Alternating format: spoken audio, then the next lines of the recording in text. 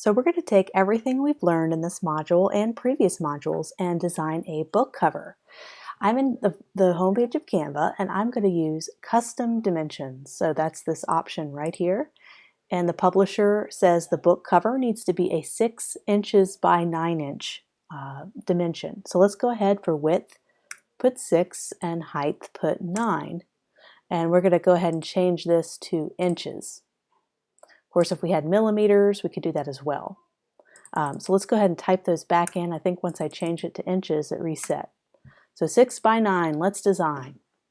So they already have a lot of preset Canva templates for book designs, but we're going to do it completely from scratch. So I'm going to go ahead and click on my Elements tab, and we're going to start doing our type, and then we're going to start sourcing our photo. So let's do our type first. So I took a few moments to kind of think of a concept for the book. It's going to be a travel book. So I went ahead and did kind of a headline and a little bit of a byline for my book. And I actually used, instead of doing it custom, I actually found one of these pre-made typography groups that I just dragged in and just typed. So what I'm going to do is I'm going to ungroup this and I'm going to do a little bit more of a custom look to this. I like the typography in it, but I didn't like the layout. So we can change that ourselves to whatever we like. So let's go ahead and figure out a layout. And I think a photo is going to play a big part in this. Let's go ahead and drag this down and kind of drag this down here. I think the byline can be down here. I'm also going to copy this format right here because I'm going to need an author name. So let me just make up a fake author name.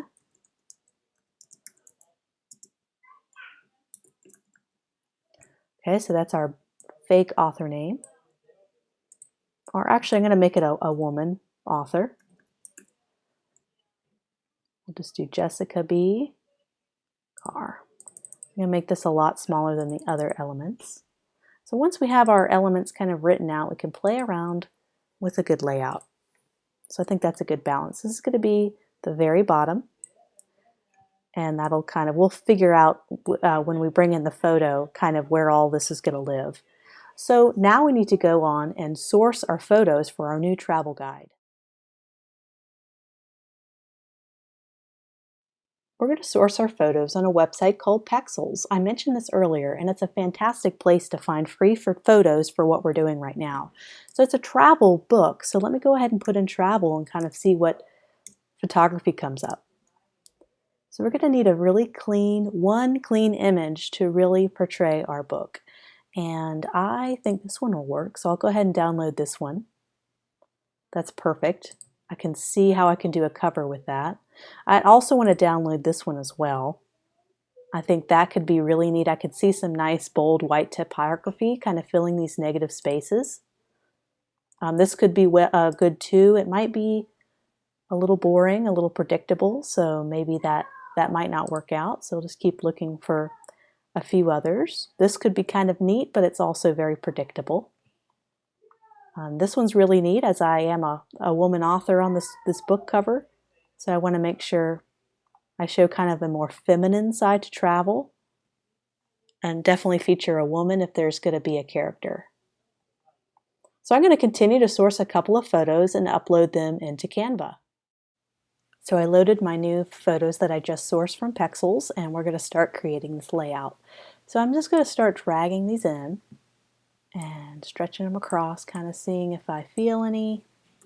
I know this is more of a vertical layout, so certain photos that are horizontal, it's not going to work because with book covers, especially the one that I'm thinking about, I want it to be high impact and I want it to cover the entire book. So that's going to dramatically change what type of photos that I can use or which ones will look good. And I really like this photo, but now that I've cropped it to that more vertical orientation, kind of loses everything. So some of the photos that I sourced that I thought were going to work out well, they end up failing. So let's try this one. This might have the same problem. So I think we're going to need to go source some vertical photos. Actually, that might not be so bad right there. I want to get more of the wing. just enough wing, and I want to see that it's actually the window of the airplane. So I think I'm going to work with this. I'm going to change this to white right off the bat. I know that's going to pop out a little bit more. And I'm actually going to put this maybe in a bar that's going to pop out. So or I can put it up here and keep the name down here. I can actually keep the name in black because that pops out enough against this background. So let's do something with this. I wonder if we could play around a little bit with type, maybe make that italic and have a serif font. Let's see what that looks like. Let's do italics. Let's make it a little bit bigger.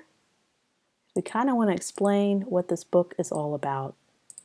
Let's make this text box a little wider so it'll fit more on one line. And remember white space. We want to have a lot of white space, so we're going to make sure we have enough at the top. Because up here it makes sense, right, to tuck it very close to the edge. But to the viewer it just seems a little crowded, so just bring it down just a notch. And let's get some kind of bar across the top to make that pop out just a little bit more. So let's go to our elements. Let's get a shape. Let's just bring in a generic box. And we're just going to make it what works. We're going to send this backwards till we see our text pop up. And I wonder, in terms of color, if we can match the photo any and try to find something. I guess it's that blue that's really popping out. And it may not work. I'm just trying to see what. Maybe make it more of kind of a grayish blue. And that means I can make this white text. Maybe even bold it. Now, let's unbold it. So I really like this already. This was already a pre-made text from this area that I liked. Let me see if I can find it. It was the James and Katie right here. And I really like that. So there's not a lot of type treatment I'm going to do. I'm going to make it a little bit bigger though. So 64, let's make it 72. I want to make sure people really see the title of the book when they're walking around. Let's collapse the space a little more. And notice how the type fits really nicely and hugs each other. These two, the A and the L, it just looks really nice. That's solid typography right there. So I have my name. I kind of like it lowercase. Let's see, I want to make sure our fonts match. So this is the same font as this, so that's good. So let's make this a sans serif font since this is already a serif font. We don't want to do two different serif fonts. So let's do something a little fun. That's good.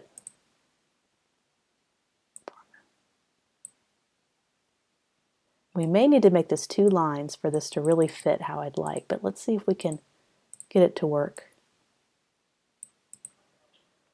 So let's go ahead and bring this up top.